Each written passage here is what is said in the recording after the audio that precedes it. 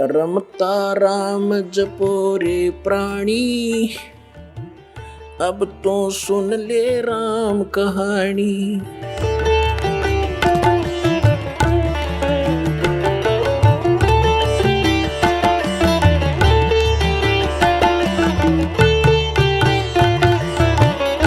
हंस किसे कहते हैं? एक पक्षी होता हंस, एक बुगला होता उसी की हमशक्ल। लेकिन उनका पता कब चलता है? जब दोनों सरोवर के ऊपर हों। बुगला खाता है मच्छी, कीड़े मकोड़े, गोगे, और हंस खाता केवल मोती।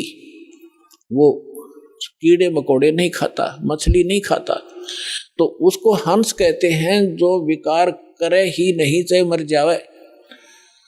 और हंस का एक और गुण बताया है कि उसके सामने दूध रख दिया जाए, जिसमें 1 गिलास पानी 1 गिलास दूध डालकर रख दे मिला के, वो दूध ग्रहण कर लेगा और जल न छोड़ देगा उस पात्र में, जो का तो रह जाए। उसमें ऐसा गुण दिया मालिक ने। तो जिन्होंने दूध और पानी भिन्न भिन्न कर लिया इस ज्ञान के आधार से कि ये लोक कैसा है, यहाँ का जीवन कैसा है, और सतलोक में जो बताया जा रहा है वो कैसा है, तो वो भिन्न भिन्न कर लिया, इस जल को छोड़ दिया, दूध ग्रहण कर लिया, उसको हंस कहते। तो वह हंस कहे जाते हैं। आदमी अपने ही जैसे हैं, आकार ऐसा ही है, उनका शरीर वह बहुत तेजों में है। 16 सूर्य जितना प्रकाश एक वहां रहने वाले भक्त और भक्तनी का है। परमात्मा के शरीर का जो वहां प्रकाश है, एक रोमकूप में करोड़ सूर्य मिला दे, करोड़ चंद्रमा, ऐसी रोशनी है। परमात्मा सक्षम है, समर्थ है। जीव अलग है, परमात्मा भिन्न है। परमात्मा सर्वशक्तिमान है, जीव की एक सीमित पावर है और सीमित उनका सब क्रियाएं हैं।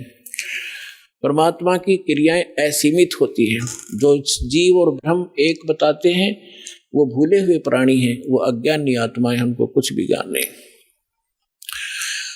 अब जो प्रसंग चल रहा है, जैसे एक भक्त मिला इस दास को, मैंने उसको पहले की बात है, जब बहुत कम ही संगत होती थी, ऐसे हम दास भी किसी को पकड़ लेता था जान पहचान के, को आजा बैठ जा तुझे एक बात बताऊंगा, ज्ञान सुनाने लगा। अब वो अच्छी आत्मा था वैसे तो, सुनता रहा, सारी सृष्टि रचना सुनाई। 1 दिन 2 दिन, तीसरे दिन जब वो आया, वो कह लगा, भाई बात सुन भगत जी, मैं आपकी बात ऐसी है, मेरे हृदय में लग गए है और मेरा सरसा होता है इनका। और मैं ऐसा व्यक्ति हूं, मैं जौन से काम पर लगता हूं, पक्की धुन का आदमी हूं, मैं उसको करके छोड़ता हूं, बीच में नहीं छोड़ता। और मैं नाम लूं को नहीं, मैं नहीं लूंगा आपसे मंत्र। माँ के बात भाई क्यों नहीं लेगा कि मैंने मंत्र ले लिया, मैं तो सिर धड़की बाजी लगा के काम किया करता हूँ और मैं भक्ति कर लूंगा और मैं चला जाऊंगा उधर जहाँ बता रहे हो कौन सा लोक है, और सतलोक भी भूल गया, मैं वहाँ चला जाऊंगा और वहाँ कोई भी ना पाया तो मैंने अकेला बैठा रहूंगा। मैं नहीं जाऊं, मैं तो यहीं रहूंगा, मेरा दिल नहीं लगे। मैंने उसे कहा कि भले पुरुष एक बात बता, अब यहाँ तो क्या दिल लग रहा है आपका? मान ले तो गधा बन गया और सुअर बन गया तो क्या दिल लगा तेरा?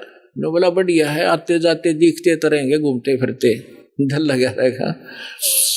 बता, ऐसी व्यक्ति गिरगी हमारी कि हमारा यही ठीक है, घूमते फिरते दिखे जाएंगे और यही ठीक सू, मैं वहां नहीं जाऊंगा। अब उसका जो ये कहना भी ठीक था कि आज तक किसी ने यही नहीं बताया कि सतलोक है और सतलोक में आदमी रहे हैं, वहां पर सृष्टि है, ये तो किसी ने बताया नहीं। ये राधा स्वामी वाले लोग कहते हैं कि वहां तो प्रकाश ही प्रकाश है, प्रकाश ही प्रकाश है, चेतन ही चेतन है। वो टिंडे लेंगे चेतन में जाकर, हम प्रकाश में समुद्र में डूब का मरना हो तो क्या? तो क्या ये कोई बात है? कोई आधार है इनकी बातों का? परमात्मा ने स्वयं जैसे पुणात्मा अब ये निर्णय करना चाहता दास की वो सतलोक में सारी सृष्टि है, ऐसे ही स्त्री पुरुष है, ऐसा ही परिवार है, लेकिन यहाँ तो गंदा व्यवहार है, या न्याय नाम की चीज नहीं। परमात्मा कहते निरंजन धन तेरा दरबार, जहाँ तनिक नहीं न्याय विचार, घर घर में राड़े, सास ससुर, बहू सासू का झगड़ा, आपस में भाई भाई का झगड़ा, बहन भाई के साथ मनमुटाव, छोटी छोटी बातों पर, इन पे संपत्ति और पता नहीं क्या के ऊपर लड़ाई हो जाए। ये कोई जीवन है? सब नरक भोग रहे हैं यहाँ पर, कोई सुखी नहीं है। इस पर 21 ब्रह्मांड में आग लगी पड़ी है। अब वहां जाओगे जब देखना, वहां कोई चिंता ही नहीं। अब जैसे आप यहाँ आ रहे हो, यहाँ सासू भी आई होगी, सास भी और बहू भी आ रही होगी, ननंद भी यहीं पर बैठी होगी, सास और ससुरा भी आया होगा, और पति और जेठ जेठानी भी आ रही होंगी। यहाँ लड़ाई होए को ना, या मनमुटाव होगा नहीं? क्यों नहीं होगा? क्यों? एक बना बनाया भोजन मिलेगा, एक जैसे मैट बिछाए रखे, नहाओ दो अपना भोजन करो। लड़ाई तो जब अगर तूने ये नहीं किया, तूने ये नहीं कहा, वहां नाश हो गया, फलाना गड़बड़ होगी, तो वहां जाकर कोई काम में को नहीं, सारी चीज उपलब्ध आपके सामने, तो वहां अपने ऑटोमेटिकली स्वभाव सुंदर बन जाता है। और वैसे वहां का जो मटेरियल हमारे शरीर का, बॉडी का, उसमें ये दोष नहीं है। यहाँ कभी काम दुखी कर रहा है, कभी क्रोध सता रहा है, कभी को लालच में हम गड़बड़ कर रहे हैं, मोह के अंदर आपस में राग द्वेष में सने पड़े हैं, तो वहां जाकर के आपको सामूहिक भंडारे में भोजन, आपके घर घर के आगे फलदार वृक्ष लदपद रहते हैं, आपकी रसोई आपका जो भरा रहता है सारे खान पान से परमात्मा की दया, फिर रह गया क्या झगड़ा। आप सुन रहे थे जगत गुरु तत्वदर्शी संत रामपाल जी महाराज जी के मंगल प्रवचन। अधिक जानकारी के लिए विजिट कीजिए हमारी वेबसाइट www.jagatgururampalji.org। संत रामपाल जी महाराज जी के शुभ आशीर्वाद से पूरे विश्व भर में 500 से भी ज्यादा नाम दीक्षा केंद्र हैं, जिन पर संत रामपाल जी महाराज जी द्वारा ऑनलाइन निशुल्क नाम दीक्षा दी जा रही है। अपने नजदीकी नाम दीक्षा केंद्र का पता करने के लिए संपर्क करें 8222880541।